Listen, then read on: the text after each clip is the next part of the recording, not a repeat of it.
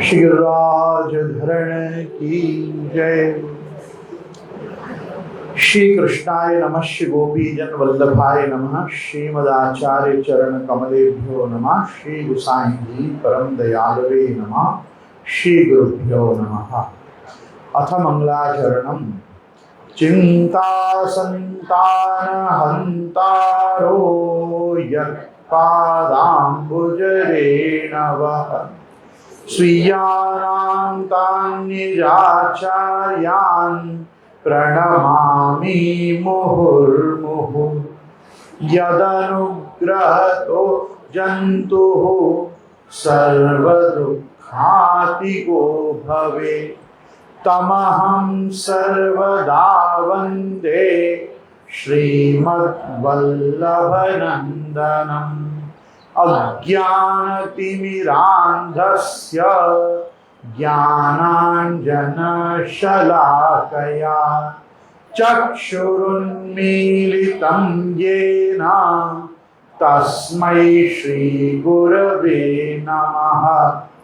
नमामि हृदये शेषे लीलाक्षीराधिशायिनम्। लक्ष्मी सहस्रलीलाभिः सेव्यमानं कलानिधिम्।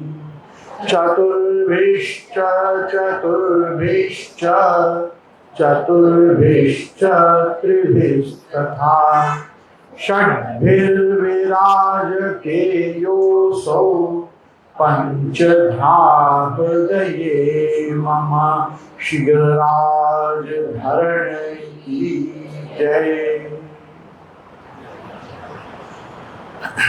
श्री कृष्णाय नमः। श्री गुरुभ्यो नमः। उपस्थित समस्त प्रियजन वाल्लभीयजन वैष्णवजन समस्त सनातन धर्मावलंबी आस्तिक जन भगवत भक्त गौ भक्त राष्ट्रभक्त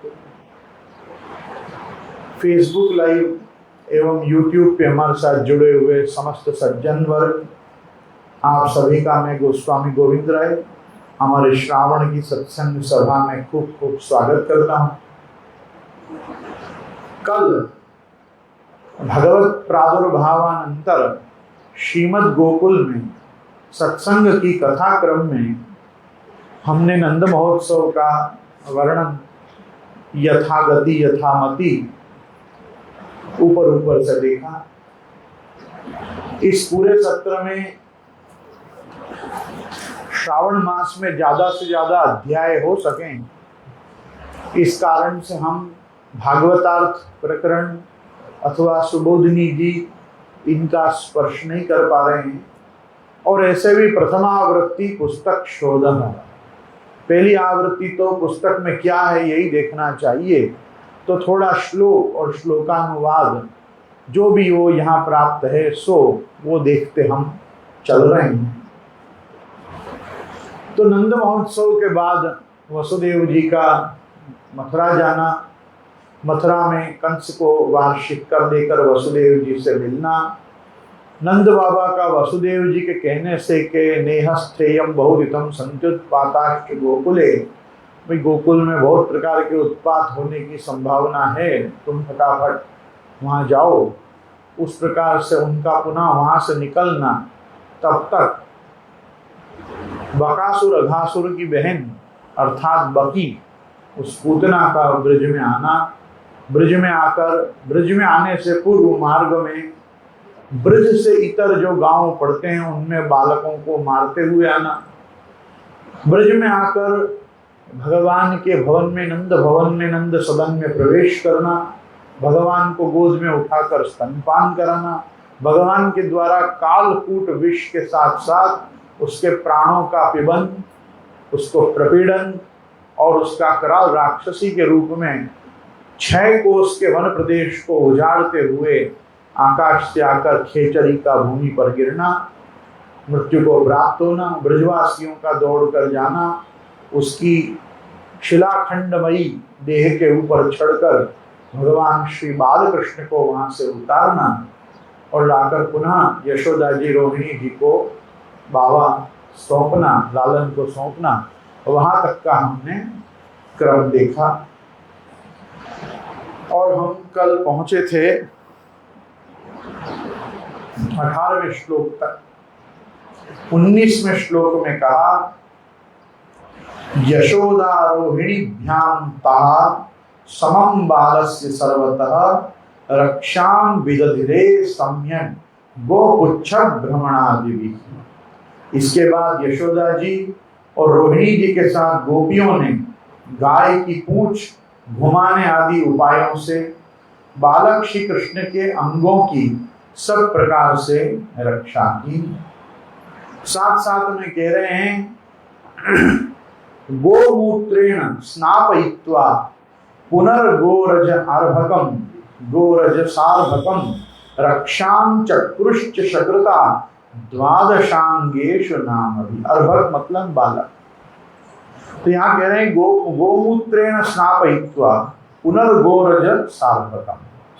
उन्होंने पहले बालक श्री कृष्ण को मतलब सबसे पहले तो गाय की पूंछ माथे पे फिराई, उसके बाद गोमूत्र से प्रभु को स्नान कराया, फिर सब अंगों में गोरज लगाई और फिर 12 अंगों में गोबर लगाकर भगवान के केशवादि नामों से प्रभु की रक्षा की। इसके बाद क्या किया तो कहते हैं गोप्यः संस्पृष्ट सलिला अंगेषु करयोः पृथक्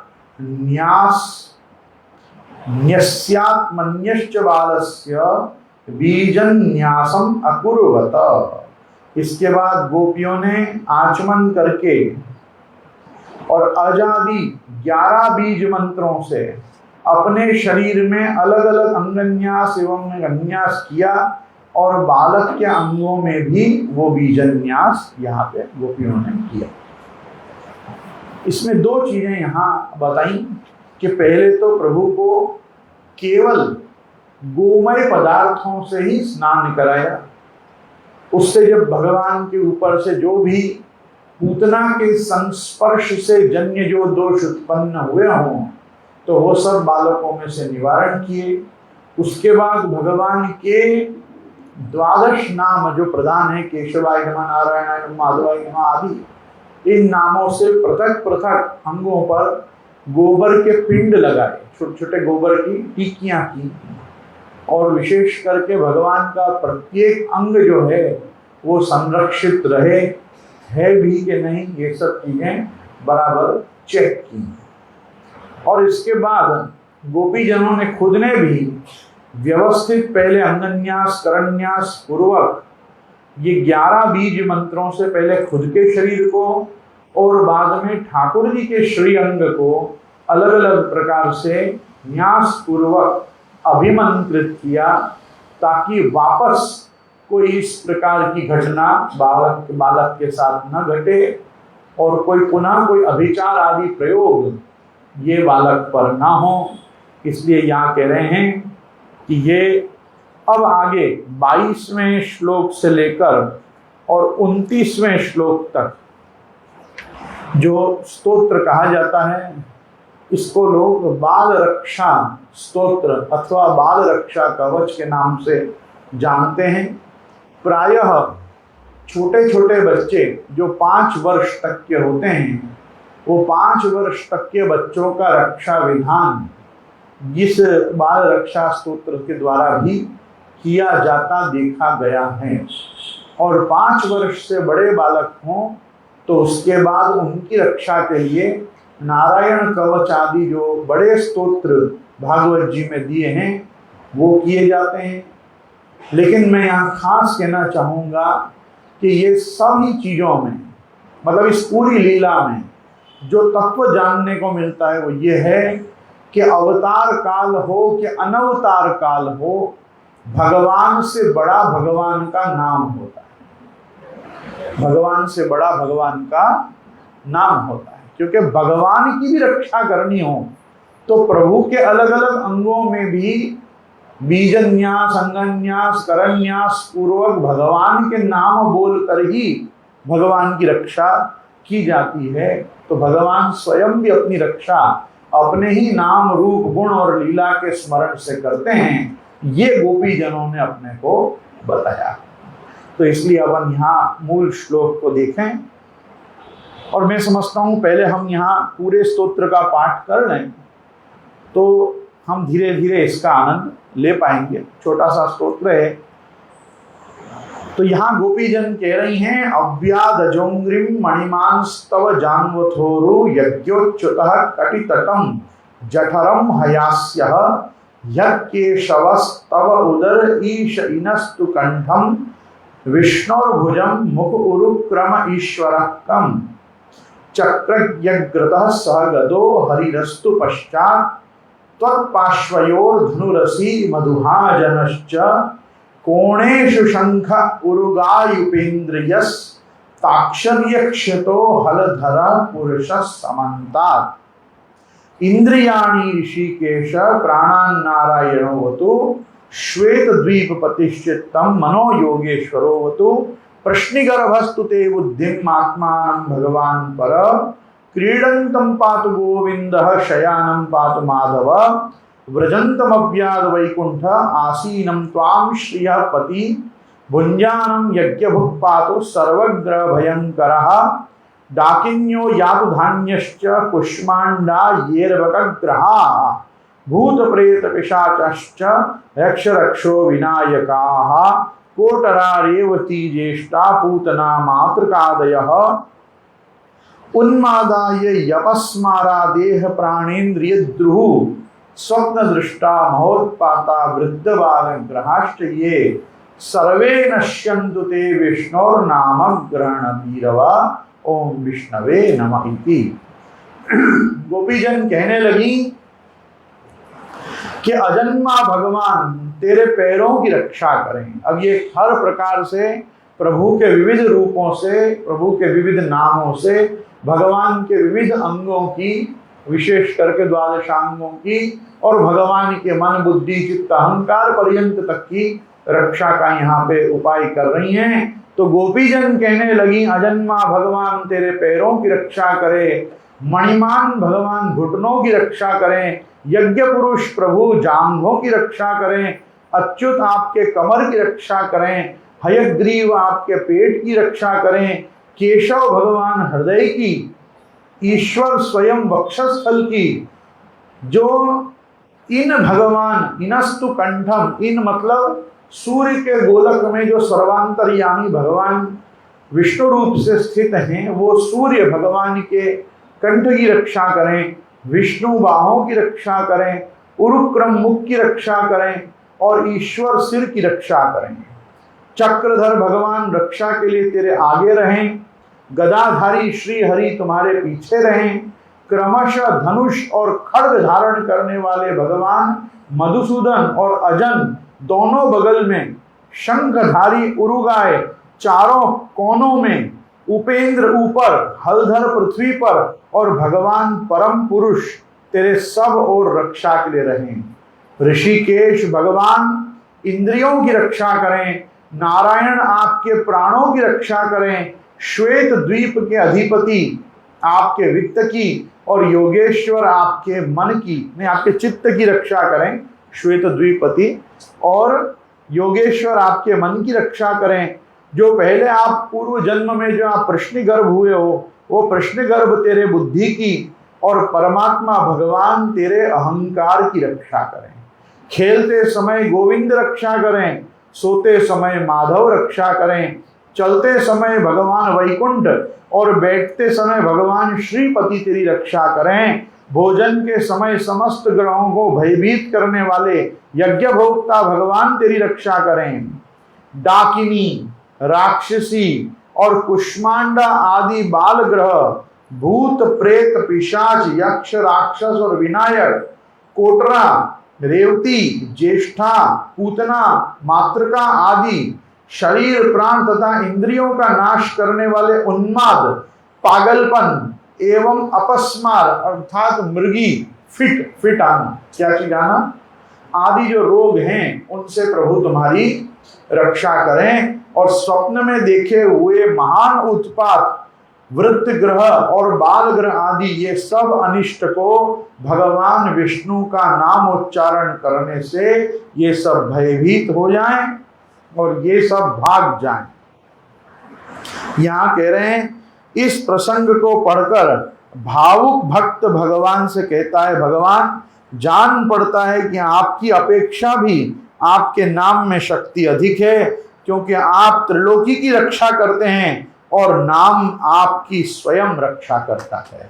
तो इस प्रकार से समस्त गोपी जनों ने प्रभु के रक्षा विधान में प्रभु के ही नाम, उनके गुण और उनकी तत्त लीला पे रखे हुए नामों से इस प्रकार से भगवान की रक्षा की।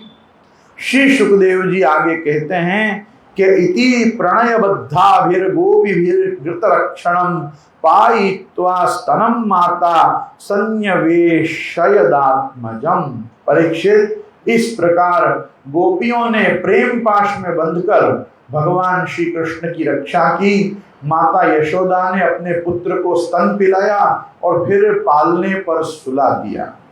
ये कह रहे हैं कि जिस समय प्रभु को पलने में सुला दिया उसी समय क्या हुआ, तो कह के तावन्नंदादयो गोपा मथुरा या व्रजं गताः विलोक्य पूतना देहं बभूवुरति विस्मिताः नूनं वर्तश्री संजातो योगेशो वा समाससः स एव हृष्टो युत्पाता यदा हानक दुंदुभिः। इसी समय नंद बाबा और उनके साथी गोप मथुरा से गोकुल में पहुंचे। जब उन्होंने पूतना का भयंकर शरीर देखा तब वे आश्चर्यचकित हो गए। वे कहने लगे, यह तो बड़े आश्चर्य की बात है, अवश्य ही वसुदेव के रूप में किसी ऋषि ने जन्म ग्रहण किया है, अथवा संभव है वसुदेव जी पूर्व जन्म में कोई योगेश्वर हो, क्योंकि उन्होंने जैसा कहा वैसा ही उत्पात यहाँ देखने में आया है। तो यहाँ नंद बाबा एडमिट कर रहे हैं कि नहीं, वसुदेव जी ने सही कहा था कि तुम जल्दी से गोकुल जाओ, वहां कोई प्रकार के उत्पात होने की संभावना है। कह रहे हैं कलेवरम परशुभिश्चित्वा तत्ते ब्रजौकसः कलेवरम परशुभिश्चित्वा तत्ते ब्रजौकसः दूरे क्षिप्त्वा वयवशो न्यदहन् काष्ठधिष्ठितं दह्यमानस्य देहस्य धूमश्चागुरु सौरभः उत्थितः कृष्ण निर्भुक्त सपद्याहत पापमनः। फिर कह रहे हैं तब तक ब्रजवासियों ने कुल्हाड़ी से पूतना के शरीर के टुकड़े टुकड़े कर डाले और गोकुल से दूर ले जाकर लकड़ियों पर रखकर उसे जलाया। जब उसका शरीर जलने लगा तब उसमें से ऐसा धुआं निकला जिसमें अगर की लकड़ी की सी सुगंध आ रही थी। क्यों न हो, भगवान ने जिसका दूध पी लिया हो उसके सारे पाप तो तत्काल ही नष्ट हो जाते हैं। पूतना लोक बालग्नि राक्षसी रुधिराशना जिघांसयापि हरये स्तनम दत्वापसद्गतिम। यहाँ सुखदेव जी कह रहे हैं कि पूतना एक राक्षसी थी, लोगों के बच्चों को मार डालना और उनका खून पी जाना यही उसका काम था। भगवान को भी उसने मार डालने की इच्छा से ही स्तन पिलाया था, फिर भी उसे वह परम गति मिली जो सत्पुरुषों को मिलती है।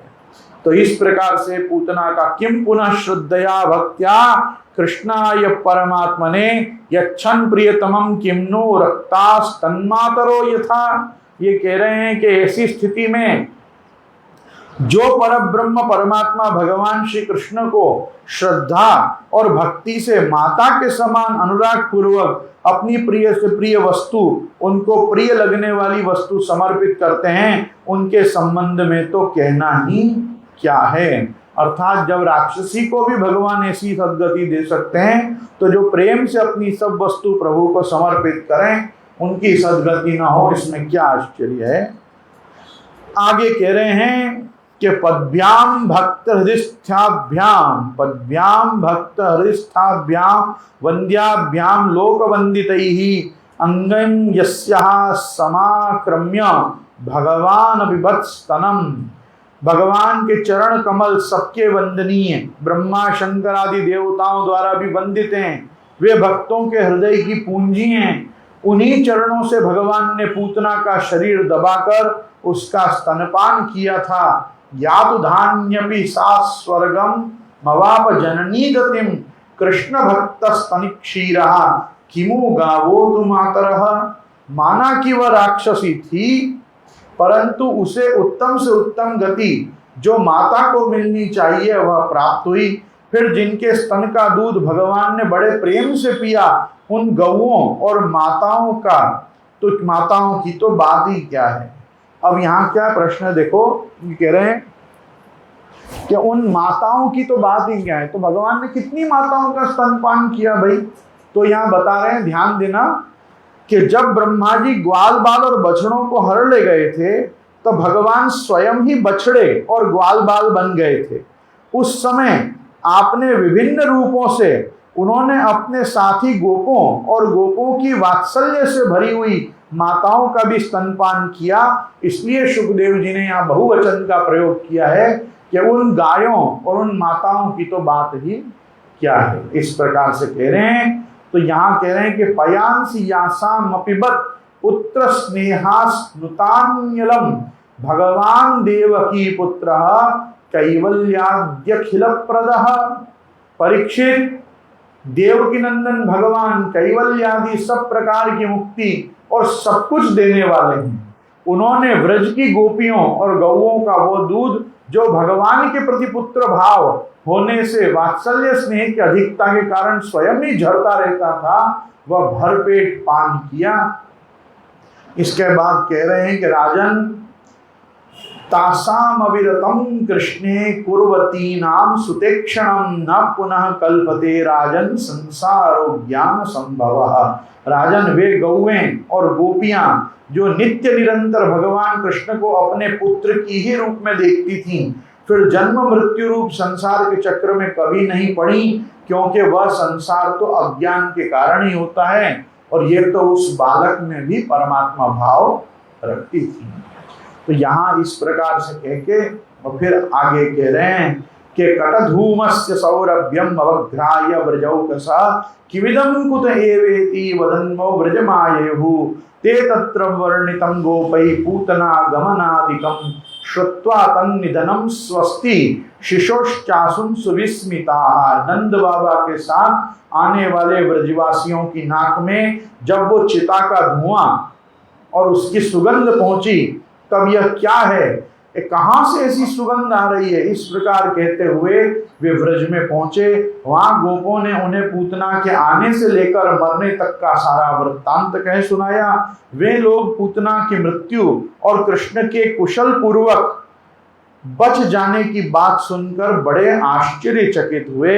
नंदः स्वपुत्रमादाय प्रत्यागतमुदारधिः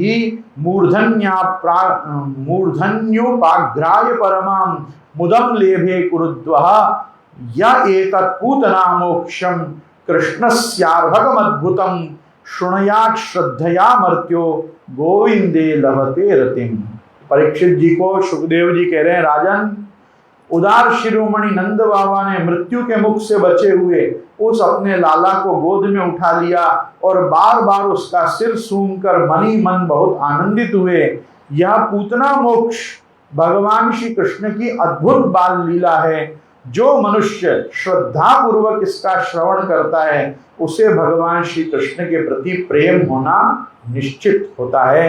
इति श्रीमद्भागवते महापुराणे पारमहंस्यां संहितायां दशम स्कंदे पूर्वार्धे षष्ठोध्यायः। यहाँ दशम स्कंद का छठा अध्याय संपूर्ण होता है और इसके साथ ही सातवां अध्याय शुरू होता है, जिसमें शकट भंजन लीला और तृणावर्त वध की लीला, ये दो चीज इस अध्याय में प्रधान रूप से वर्णन की गई हैं। ये शकट भंजन और तृणावर्त पर्यंत की लीला जो है, ये बिल्कुल शिशु कृष्ण की, बाल कृष्ण की ही प्रधान लीलाएं हैं। ना एकदम एकदम व्यवस्थित, आनंद आनंद आनंद आनंद। तो यहाँ कह रहे हैं सातवें अध्याय में, नमामि श्री बालकृष्णम यशोदोत्संगलालितम पूतनासुपय पान रक्षिता शीर्ष बालकम श्री कृष्णाय नमः। अथ सप्तमोध्यायः। राजोवाच, राजा प्रश्न कर रहे हैं कि ये नावतारेण भगवान हरिरीश्वर करोति कर्ण रम्याणी मनोज्ञानी च न प्रभो। अब देखो ध्यान से सुनना, राजा बहुत जोरदार बात कह रहे हैं। और क्या कह रहे हैं राजा? राजा ने ये 3 श्लोक कहे, अपन तीनों श्लोक देख लेते हैं। ये कह रहे हैं यक्षण्वतो पैत्य रतिर्वितृष्णा सत्वं च शुद्ध्यत्य चिरेण पुंसः भक्तिर्हरौ तत्पुरुषे च सख्यं तदेव हारं वदमन्यसे चेत् अथान्यदपि कृष्णस्य तोकाचरितमद्भुतं मानुषं लोकमासाद्य तज्जाति मनुरुन्धतः। ये 3 श्लोक पहले राजा परीक्षित ने कहे। राजा परीक्षित ने पूछा, प्रभु सर्वशक्तिमान भगवान श्री हरि अनेकों अवतार धारण करके बहुत सी सुंदर और सुनने में मधुर ऐसी लीलाएं करते हैं, वे सभी मेरे हृदय को बहुत प्रिय लगती हैं। उनके श्रवण मात्र से भगवत संबंधी कथा में रुचि, उनके श्रवण मात्र से भगवत संबंधी कथा से अरुचि और विविध विषयों की तृष्णा भाग जाती है।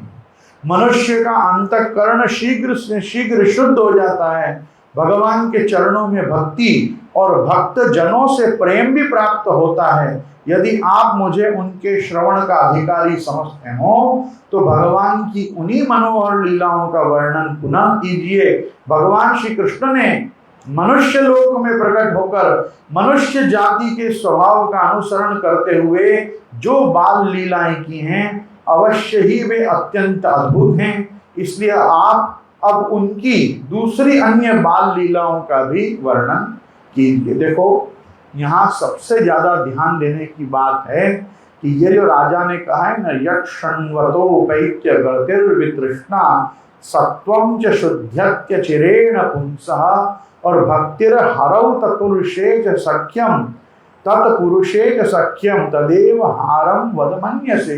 ये श्लोक में राजा हमको बता रहा है कि जब हम भगवान की कभी जिससे तृप्ति ना मिले, ऐसी सदा आनंद आवे जिसको सुनने में, ऐसी जब प्रभु की लीला को सुनते हैं तो हमारे शरीर में जो सत्व रज तम होता है उसमें से सत्व गुण की और शुद्धि होती है। और जितनी सत्व गुण की शुद्धि होगी उतना सत्वात् संजायते ज्ञानम, भगवत विषय ज्ञान अपने में बढ़ेगा। और शुद्ध्यत्य चिरेण पुंसा, और शुद्धि का प्रभाव क्या होगा?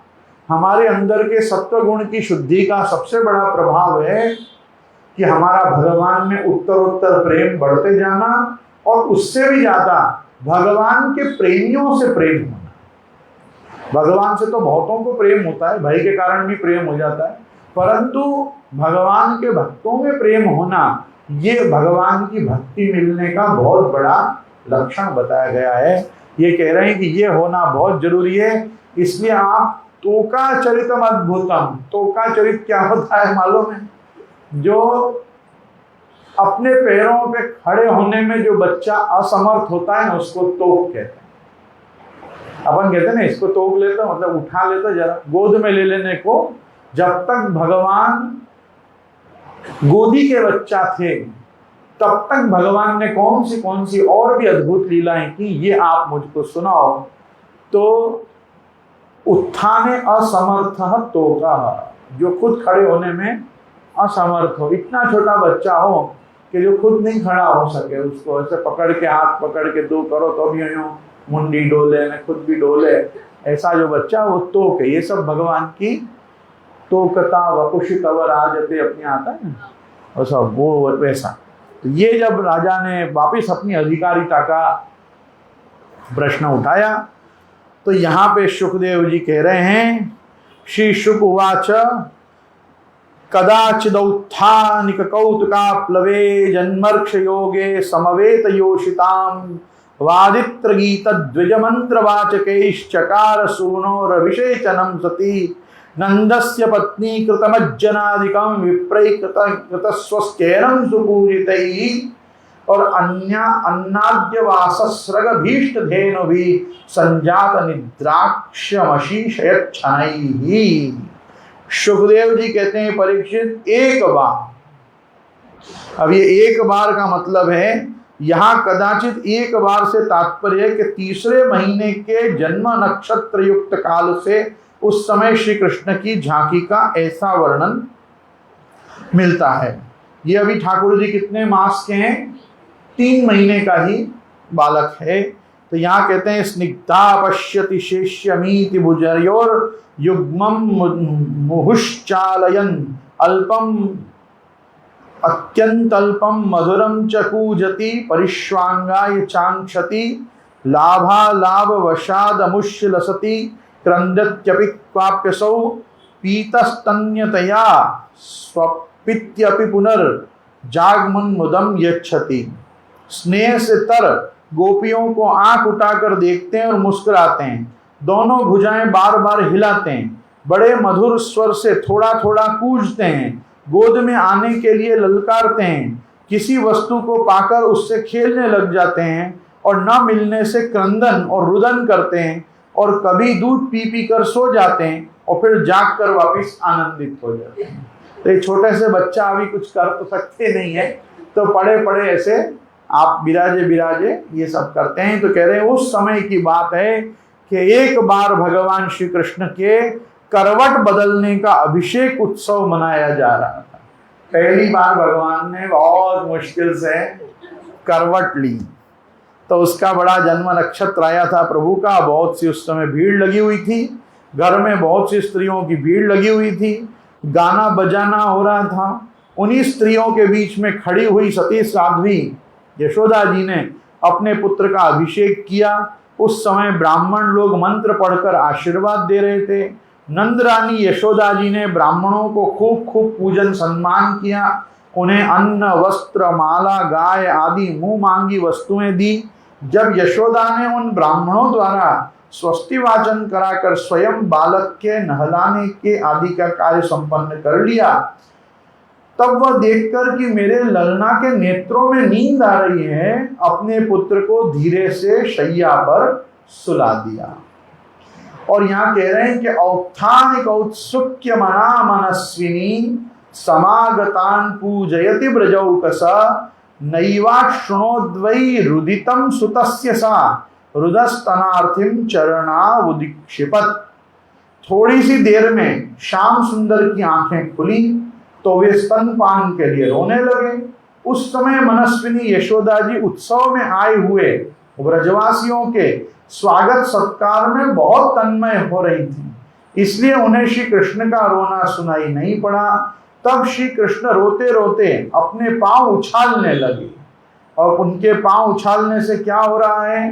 तो कह रहे हैं कि अधशयानस्य शिशोर्णोल्पक प्रवालमुद्वंग्रहतम व्यवर्तता विध्वस्त नाना रसकुप्य भाजनम व्यत्यस्त चक्राक्ष विभिन्न कुवरम। ये कह रहे हैं यहाँ पे कि शिशु कृष्ण एक छकड़े के नीचे सोए हुए थे। उनके पांव अभी लाल लाल कोपलों के समान बड़े ही कोमल और नन्हे नन्हे थे, परंतु नन्हा सा पांव लगते ही एक विशाल छकड़ा उलट गया। उस छकड़े पर दूध दही आदि अनेकों रसों से भरी हुई मटकियां और दूसरे बर्तन रखे हुए थे, वे सब के सब फूट फाट गए और छकड़े के पहिए तथा धूरे अस्त व्यस्त हो गए। उसका जुआ फट गया। और इस प्रकार से यहाँ कह रहे हैं कि दृष्ट्वा यशोदा प्रमुखा व्रज स्त्रिय औत्थानिके कर्मणिया समागताः नंदादयाश्चाद्भुत दर्शनाकुला कथम स्वयं वै शकटं विपर्यगत। ये कैसे हो गया? तो ये कह रहे हैं कि करवट बदलने के लिए उत्सव में जितनी भी स्त्रियां आई हुई थीं, वे सब और यशोदा रोहिणी नंद बाबा और गोपगण इस विचित्र घटना को देखकर व्याकुल हो गए। वे आपस में कहने लगे, अरे क्या हो गया, क्या हो गया, ये छकड़ा अपने आप कैसे उलट गया? इस प्रकार से वो विचारने लगे। यहाँ फुटनोट में बता रहे हैं कि हिरण्याक्ष का एक पुत्र था उत्कच। ये हिरण्याक्ष बाबा कौन है? ये कश्यप और दिति के पुत्र हैं। इनका वध जो है वो भगवान ने वराह रूप लेकर किया, और इनके ही भाई जो थे वो नरसिंह भगवान के हाथ से मारे गए, वो हिरण्यकश्यप जी थे। और ये हिरण्याक्ष का ये जो था, ये पुत्र था, इस पुत्र का नाम था उत्कच। ये बहुत बलवान एवं मोटा तगड़ा था। एक बार यात्रा करते समय उसने लोमश ऋषि के आश्रम में वृक्षों को कुचल डाला। लोमश ऋषि ने क्रोध करके शाप दे दिया, अरे दुष्ट, जा, तू देह रहित हो जा। उसी समय सांप के कैंचुली के समान उसका शरीर गिरने लगा। यह धड़ाम से लोमश ऋषि के चरणों पर गिर पड़ा और प्रार्थना की, कृपा सिंधु, मुझ पर कृपा कीजिए, मुझे आपके प्रभाव का ज्ञान नहीं था, मेरा शरीर लौटा दीजिए। लोमश जी प्रसन्न हो गए। महात्माओं का शाप भी वरदान होता है। उन्होंने कहा, वैवस्वत मनवंतर में श्री कृष्ण के चरण स्पर्श से तेरी मुक्ति हो जाएगी। वही असुर छकड़े में आकर बैठ गया था और भगवान श्री कृष्ण के चरण स्पर्श से उसकी मुक्ति हो गई। ये जो आश्चर्य हुआ, यही वो व्यक्ति है जो शकटासुर या शकट भंजन लीला में जो असुर है, ये हिरण्याक्ष का पुत्र उत्कच है।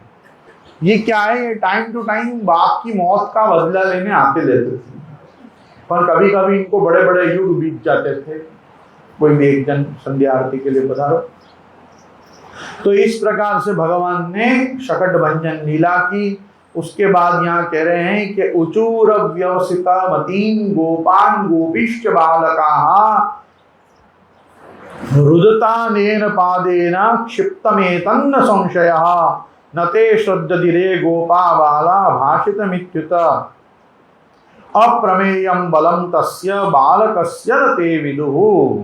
यहाँ कह रहे हैं ये कैसे उलट गया। वहां विचार करने के बाद गोपों ने कहा, वे इसका कोई कारण अनिष्ट कर सकें न कर सकें, वे इसका कोई कारण निश्चित न कर सके कि यहाँ खेलते हुए बालकों और गोपों ने, गोपियों ने कहा, इस कृष्ण ने तो रोते रोते अपने पांव की ठोकर से इसे उल्टा दिया है, इसमें कोई संदेह नहीं है।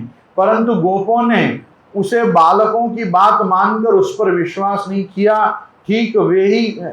ठीक ही है, वे गोप उस बालक के अनंत बालक को नहीं जानते थे। यहाँ यूँ कहना चाह रहे हैं ये श्लोक में कि जब ऐसा वो लोग बहुत विचार करने लगे तो वहाँ खेलते हुए अन्य बच्चों ने कहा कि यहाँ कोई नहीं आया था, ये बच्चे ने खुद ही पहले उस जहाँ ये सो रहा था वहां से उस शकट को लात मारी और इस बच्चे के लात मारने से ही ये शकट पूरा उल्टा हो गया। तो वो लोगों ने कहा कि ठीक है, बच्चा है, बोल रहे हैं तो सुन लो, बाकी पता तो नहीं चल रहा है कि क्या हुआ था। अब पता कहाँ से चलेगा, जो दैत्य मारने आया था उसको तो पहले ही लोमश ऋषि श्राप देकर देह रहित कर चुके थे।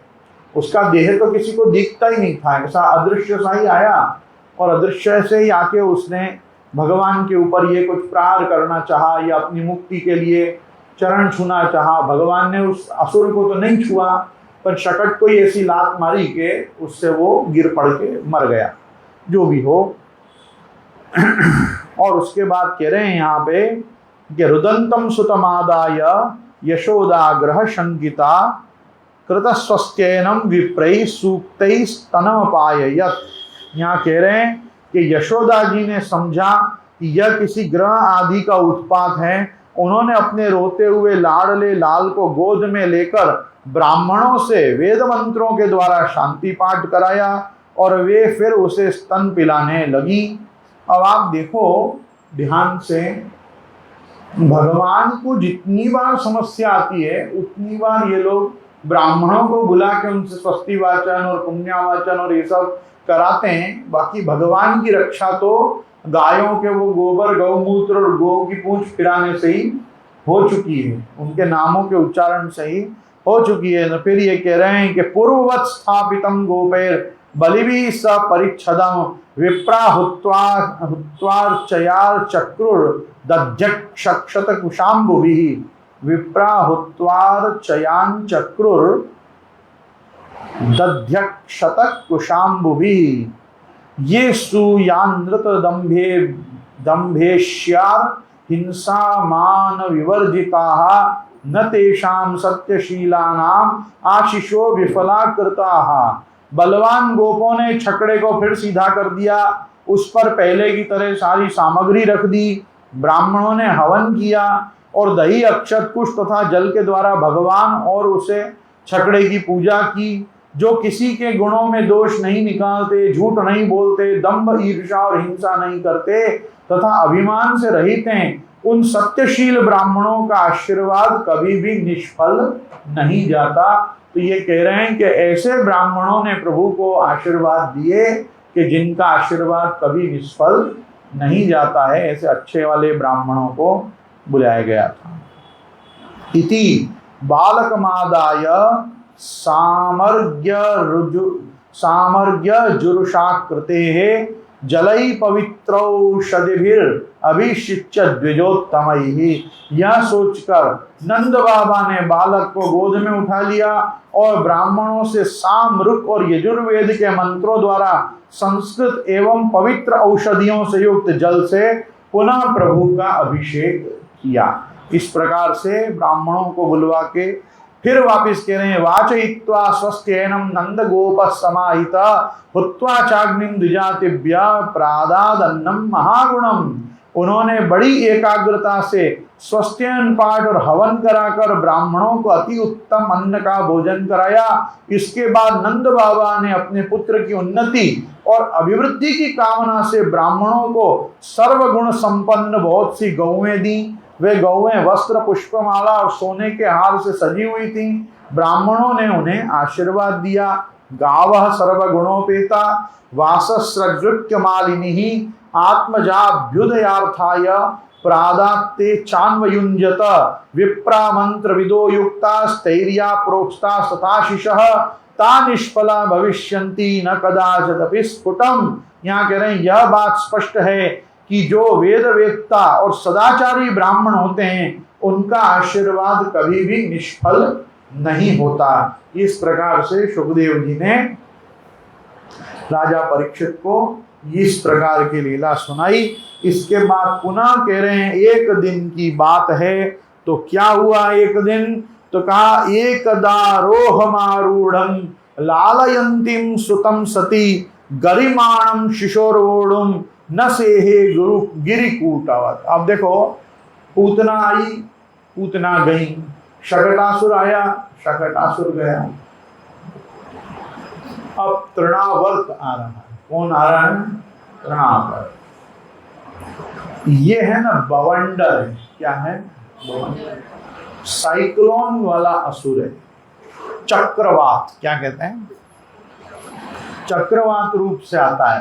ये जो है ये एक बवंडर के रूप में गोकुल में घुसेगा। अभी कैसे घुसेगा? तो देखो, कह रहे हैं कि एक दिन की बात है। सती यशोदा जी अपने प्यारे लल्ला को गोद में लेकर दुलार रही थी। सहसा कृष्ण चट्टान के सारे समान भारी बन गए।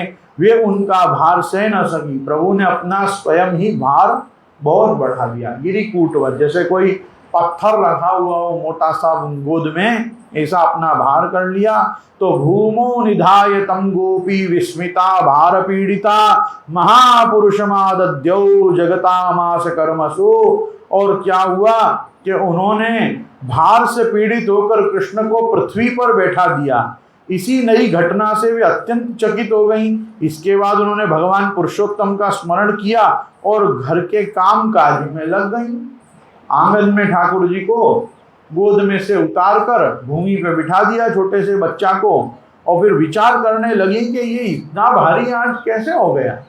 ऐसा विचार करके वापस भगवान पुरुषोत्तम का अर्थात नारायण का स्मरण किया कि प्रभु मेरे बालक की रक्षा करना, ये क्यों ऐसा भारी लग रहा है आज। फिर ज्यादा सोच न करके, बच्चा क्योंकि अच्छा बेटा है, खेल रहा है, तो अपने अन्य कामों में वो अच्छी होम मेकर थी, अच्छी हाउसवाइफ थी, तो सोचा चलो थोड़ा घर का काम भी देख लो। तो घर का काम देखने लगी। इतने में दैत्यो नामना तृणावर्त कंस भृत्य प्रणोदितः चक्रवात स्वरूपेण जहारासीन मरभगम। तृणावर्त नाम का एक दैत्य था। वह कंस का निजी सेवक था। कंस की प्रेरणा से ही बवंडर के रूप में वह गोकुल में आया और बैठे हुए बालक श्री कृष्ण को उड़ाकर आकाश में ले गया। तृणावर्त आया, लेके चला गया। लेके जाना इजी था क्योंकि प्रभु आंगन में ही विराज रहे थे, कोई रक्षा के लिए वहां था नहीं। और गोकुलम सर्वमावृण्वन् मूष्णं चक्षुंशिरेणो भी ईरयंसु महाघोर शब्देन प्रदिशो दिशा मुहूर्तमवहद्गोष्ठं रजसा तमसावृतं सुतं यशोदा नापश्यत् तस्मिन्यस्तवती यतः नापश्यत् कश्चनात्मानं परं चापि विमोहितः तृणावर्तन सुष्टाभि शर्कराभिरुपद्रुतः। उसने व्रजरज से सारे गोकुल को ढक दिया और लोगों के देखने की शक्ति भी हर ली, क्योंकि सब तरफ रज उड़ रही थी तो सबकी आंखों में जा रही थी, तो लोग अपनी आंखें बंद कर ले रहे थे। और उसके अत्यंत भयंकर शब्द से दसों दिशाएं कांप उठी। सारा व्रज 2 घड़ी तक रज और तम से ढक रहा था। यशोदा जी ने अपने पुत्र को जहां बैठा दिया था वहां जाकर देखा तो कृष्ण वहां नहीं थे। तो क्या हुआ, उस समय तृणावर्त ने बवंडर रूप से इतनी बालू उड़ा रखी थी कि सभी लोग अत्यंत उद्विग्न और बेसुध हो गए थे। उन्हें अपना पराया कुछ भी नहीं सूझ रहा था। इति खर पवन चक्र स्पांसु वर्षे सुत पदवी मबला विलक्ष्य माता अति करुण मनुस्मरन्त्य शोचत भुवि पतिता मृतवत्सखा यथा गहु रुदित मनु निशम्य तत्र गोप्यो भ्रशमनुतप्त धियोष्टपूर्ण मुख्यः रुरु दुरनुपलभ्य नंद सूनुम पवन उपास्ताम 500 वर्ष वेगे। यहाँ पे ये 2 श्लोकों में कह रहे हैं कि उस जोर की आंधी और धूल की वर्षा में अपने पुत्र का पता न पाकर यशोदा जी को बड़ा शोक हुआ। वे अपने पुत्र की याद करके बहुत ही दीन हो गईं और बछड़े के मर जाने पर गाय की जो दशा हो जाती है वही दशा उनकी सी हो गई। वो पृथ्वी पर जा गिरी। बवंडर के शांत होने पर जब धूल की वर्षा का वेग कम हो गया तब यशोदा जी के रोने का शब्द सुनकर दूसरी गोपियां वहां दौड़ी आईं। नंद नंदन श्याम सुंदर कृष्ण को न देखकर उनके हृदय में भी बड़ा संताप हुआ। आंखों से आंसू की धारा बहने लगी और वे फूट फूट कर गोपियां रोने लगी। तृणावर्तः शांतरयो वाप्य रूपधरो हरन् कृष्णं न भोगतो गन्तुं नाशक्रो धूरि भारभृत् तमश्यमानं मन्यमाना आत्मानो गुरुमत्तया गले गृहीत उत्सृष्टुं नाशक्नोद्भुत अर्भकम् नाशक्नोद्भुतार्भकम्। यहाँ कह रहे हैं उधर तो ये हुआ कि सब रो रो के थक गए और इधर तृणावर्त बवंडर रूप से जब भगवान कृष्ण को आकाश में ले गया तब उनके भारी बोझ को वो खुद भी न संभाल सकने के कारण उसका धीरे धीरे वेग शांत हो गया। वह अधिक न चल सका। तृणावर्त अपने से भी भारी होने के कारण कृष्ण को नीलगिरी चट्टान समझने लगा। उन्होंने उसका गला ऐसे पकड़ा कि वह अद्भुत शिशु को अपने से अलग भी नहीं कर सका। ऐसा लगा मानो कोई नीली चट्टान, भगवान का शरीर नीला है ना, नील मेघ के समान है ना वो, तो ऐसा लगा कि कोई चट्टान गले से बांधी हो और वो न ज्यादा आगे जा पाया न ज्यादा मुड़ पाया। और अब उसको भी भगवान ने जो यहाँ यशोदा जी की गोद में भार बढ़ाना शुरू किया था वो और भारी होते ही चले गए। तो इस प्रकार जब हुआ तो क्या हुआ, तो कह रहे हैं गलत ग्रहण निश्चेष्टो दैत्यो निर्गत लोचनः अव्यक्तारावो न्यपतत सहबालो व्यसुर व्रजे। भगवान ने इतने जोर से उसका गला पकड़ रखा था कि वह असुर निश्चेष्ट हो गया। उसकी आंखें बाहर निकल आईं, बोलती बंद हो गई, प्राण पखेरु उड़ गए और बालक कृष्ण के साथ वह पुनः उसी ब्रज में आकर गिर पड़ा। देखो ये सब भगवान तब कर रहे हैं जब उठ के खड़े भी नहीं हो सकते। अद्भुतता जो है भगवान के लीला की वो ये है कि प्रभु इस समय बहुत छोटे बच्चा हैं। अब ये कह रहे हैं ये कौन था, तृणावर्त जो है इसका क्या परिचय है, ये ऐसा ही था, मतलब साइक्लोन किंग था, क्या था ये। तो कि पांडु देश में सहस्त्राक्ष नाम के एक राजा थे। वे नर्मदा तट पर अपनी रानियों के साथ विहार कर रहे थे। उधर से दुर्वासा ऋषि निकले, परंतु उन्होंने इनको प्रणाम नहीं किया। ऋषि ने श्राप दे दिया, जा तू राक्षस हो जा। जब वह उनके चरणों पर गिरकर गिड़गिड़ाया, तब दुर्वासा जी ने कह दिया, भगवान श्री कृष्ण के विग्रह का स्पर्श होते ही तू मुक्त हो जाएगा। वही राजा सहस्त्राक्ष जो था वो तृणावर्त होकर आया था और भगवान श्री कृष्ण के संस्पर्श प्राप्त करते ही वो मुक्त हो गया। तो ये तृणावन है। एक तो मजेदार बात मेरे को जो आज तक इन लीलाओं में समझ में नहीं आई, वो ये नहीं आई कि जब सारे राक्षस ऋषियों को दुख देते थे तो किसी से भी दुख पाके वो उनको राक्षस ही क्यों बनाते थे? जा तो राक्षस हो जा। अरे 2 मिनट में उनको राक्षस कर देते। अच्छा, फिर बाद में भी उद्धार खुद नहीं करते थे, किस पे डाल देते थे?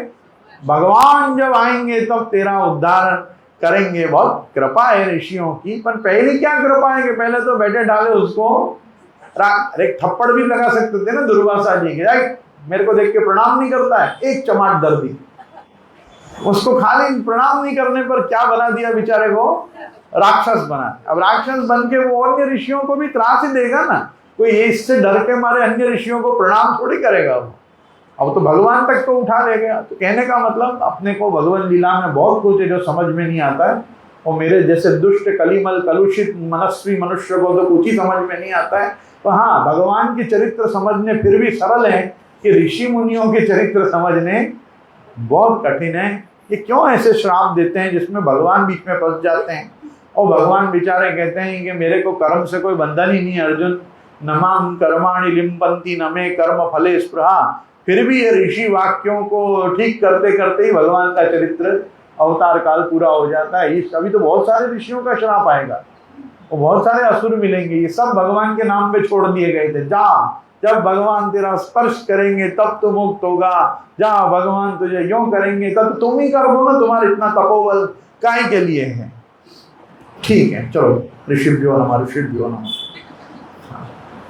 कह रहे हैं कि तमंतरिक्षात् पतितं शिलायां विशीर्ण सर्वा वयं करालम पुरं यथा रुद्र शरेण विद्धं स्त्रियो रुदत्यो दृदृशु समेताः प्रादाय मात्रे प्रतिहृत्य विस्मिताः कृष्णं च तस्यो रसिलंबमानं तम स्वस्तिमन्तं पुरुषादनीतं विहाय सा मृत्यु मुखात् प्रमुक्तं गोप्यश्च गोपा किल नंद मुख्यः लब्ध्वा पुनः प्रापुरतीव मोदम। यहाँ कह रहे हैं वहां जो स्त्रियां इकट्ठी होकर रो रही थीं, उन्होंने देखा कि वह विकराल दैत्य आकाश से एक बड़ी चट्टान पर आकर गिर पड़ा है, उसका एक एक अंग चकनाचूर हो गया। ठीक वैसे ही जैसे भगवान शंकर के बाणों से आहत होकर त्रिपुरासुर गिरकर चूर चूर हो गया था, भगवान श्री कृष्ण उसके वक्षस्थल पर लटक रहे थे। वह देखकर गोपियां विस्मित हो गईं। उन्होंने झटपट वहां जाकर कृष्ण को गोद में ले लिया और लाकर उन्हें माता को दे दिया। बालक मृत्यु के मुख से सकुशल लौट आया। यद्यपि उसे राक्षस आकाश में उठा ले गया था, फिर भी वह बच गया। इस प्रकार बालक श्री कृष्ण को फिर पाकर यशोदा आदि गोपियां तथा नंद आदि गोपों ने अत्यंत आनंद का अनुभव किया। और वो क्या कहने लगे? तो अब देखो ये सब लोग मिलके बोल रहे हैं कि अहो बतात्यद्भुतमेष रक्षसा बालो निवृत्तिम गमितोभ्यगात पुनः हिंसस्व पापेन विहिंसितः खल साधु समत्वेन भयाद् विमुच्यते। वे कहने लगे, अहो यह तो बड़े आश्चर्य की बात है, देखो तो सही यह कितनी अद्भुत घटना घट गई।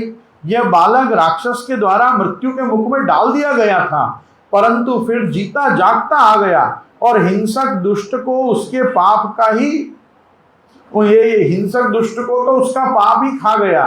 सच है, साधु पुरुष अपनी समता से ही संपूर्ण भयों से बच जाते हैं। मतलब ये बच्चा भी बहुत साधु पुरुष है, ये अपने ही पूर्व जन्मों के सुकृत से बच गया है। और फिर ये क्या कह रहे हैं कि किम नस्तपश्चीर्णम अधोक्षजार्चनम पूर्तेष्ट दत्तम मुतभूत सौहृदम यत्संपरेतः पुनरेव बालको दिष्ट्या स्वबंधुन प्रणयन उपस्थितः।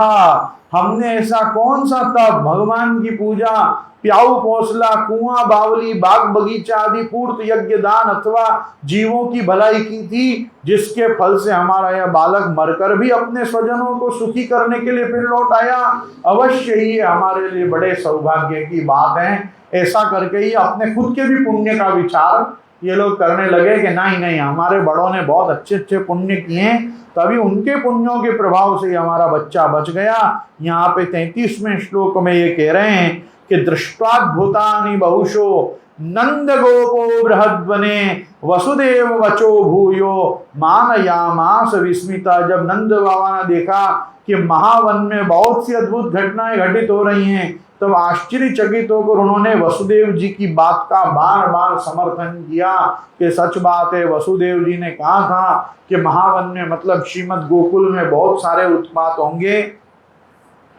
तुमको अपने बच्चे को ऐसा नहीं छोड़ना चाहिए।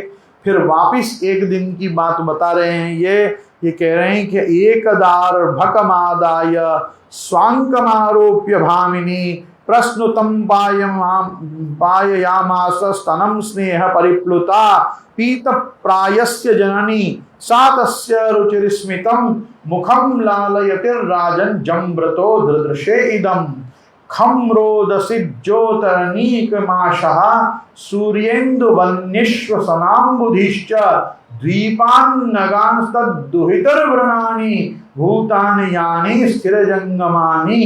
यहाँ पे कह रहे हैं एक दिन की बात है, यशोदा जी अपने प्यारे शिशु को अपनी गोद में लेकर बड़े प्रेम से स्तनपान करा रही थी। वे वात्सल्य स्नेह से इस प्रकार सरोबार हो रही थी, सराबोर हो रही थी कि उनके स्तनों से अपने आप ही दूध झरता जा रहा था। जब वे प्रायः दूध पी चुके और माता यशोदा उनको रुचिर मुस्कान से युक्त मुख को चूम रही थी, उसी समय भगवान कृष्ण ने जम्भाई ली।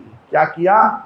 उबासी खाई। भगवान ने जम्भाई आ गई और माता ने उनके मुख में देख लिया। क्या देखा? तो कहते हैं उसमें आकाश, अंतरिक्ष, ज्योतिर्मंडल, दिशाएं, सूर्य, चंद्रमा, अग्नि, वायु, समुद्र, द्वीप, पर्वत, नदी, वन और समस्त चराचर प्राणी इसमें स्थित हैं। शुकदेव जी कहते हैं, परीक्षित सावीक्ष विश्वम सहसा राजन संजात वे पतो सम्मील्य मृगशावाक्षी नेत्रे आसीत सुविस्मिता।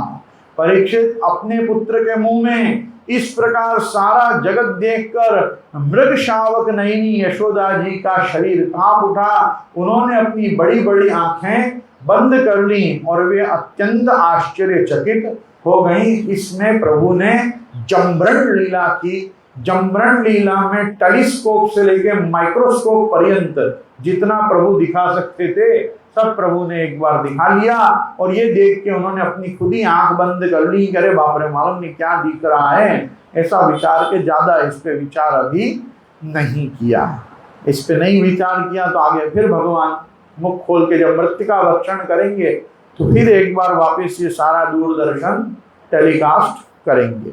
अभी अपन यहाँ आगे इस अध्याय को रखेंगे क्योंकि सुखदेव जी ने भी रखा है। इति श्रीमद् भागवते महापुराणे पारमहंस्यां संहितायां दशम स्कंदे पूर्वार्धे तृणावर्त मोक्षो नाम सप्तमोऽध्यायः। श्री बाल कृष्ण लाल की जय। कल सब जरूर आना, प्रभु का नामकरण संस्कार है। और